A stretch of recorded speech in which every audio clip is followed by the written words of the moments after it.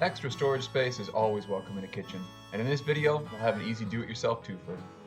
One is a pegboard for hanging kitchen utensils, and the other is an in-wall spice rack on nearly any interior kitchen wall. Let's start with the spice rack.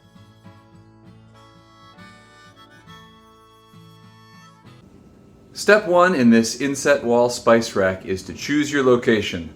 Make sure there are no outlets above or below or switches, because you do not want wires running through this project. Step 2 is to draw your template on the wall. This one goes through two stud spaces, one here and one here. But you could have just one stud space, or you could expand to 3 or 4 stud spaces if you choose. So locate where this thing's going to be, and then step 2, find your studs. Use a stud finder to find the studs in the wall. You can also, if you choose, use a drill with a tiny bit to actually make a tiny hole where you can ensure that you hit that stud. Step 3, mark out where you're actually going to put these spice racks. That means taking a pin, like a sewing pin or a needle, and actually pushing it through your drywall and into the stud. You'll do that at all 4 corners. Now, measure this distance between pins, this distance between pins, this distance vertically, and this distance vertically, to be sure that those match up. Then last, measure diagonally here and here, because that'll tell you if you've got a square face on the wall.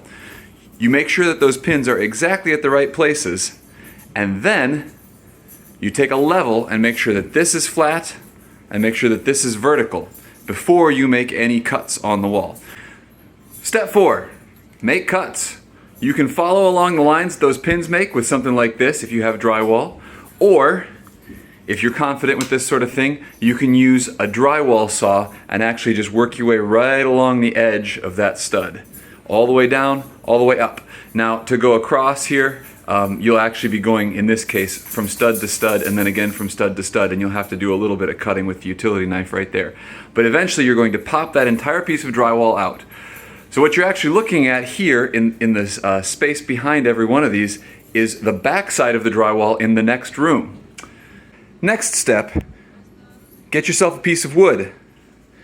It should be 4 inches long. The reason for that is your stud is going to be 3.5 inches and your drywall is probably 1/2 inch, so a total of 4 inches from here to here. You're going to cut this piece so that it goes exactly from this stud here to this stud here. And you're going to fit it in there exactly. You can actually sink a screw right there at an angle, toe it in, and right there at an angle, toe it in. That way, this bottom plate is secure. Now you're going to hide those screws because this piece of wood will get added at a later time, so you're not actually going to see those screws. Same thing happens over on this side, and then same thing at the top. You're going to put that piece in and that piece in. Make sure those are level with a level before you go any further. At this point, you have a big hole in the wall, and you have your bottom and top plates in. Next, you're going to cut this piece, this piece, this piece, and this piece. So all the vertical pieces that are going to be pushed up against the studs. Now you want to make sure that those are exactly the right height, but don't put them in yet. Again, that is 4-inch pieces of wood that you have there. Before you put them in, you're actually going to put all of these shelves in place. So what you want to do is take those pieces, set them up, screw these shelves in with a nice big screw from the back side. That will hide the screw all the way up. So you put the screw in like that, screw in like that, screw in like that, same thing over here. Make sure that these are level as you're doing that. Now that you've built your shelving units and the side walls of this, you're just going to fit that right in, and you can use wood glue or little finish nails, whatever you need to drop that right into those studs all the way along. Now you need to put these front finish pieces on. This is actually a 1/2 inch thick right here. It's just sort of a veneer piece. I just cut it to size with a table saw, stuck it on there, and then around here I got a little bit fancier. These are a trim that somewhat matches the rest of the trim in the house. So this is going to be your trim pieces. Now you're going to need a compound miter saw to make these 45 degrees right here. Be sure you measure the insides, of course. Stick them right into place. That will cover up all of those raw edges of the boards that you've put in. And this piece right here will cover up the stud in the middle and the raw edges of these boards that you just added. You shouldn't really have any nails showing because you've put everything behind the wood. But if you do end up having any nails showing, you can go ahead and use white caulk like this to cover it up and then give the whole thing a nice coat of white paint. Now we have white trim in our house, so this matches.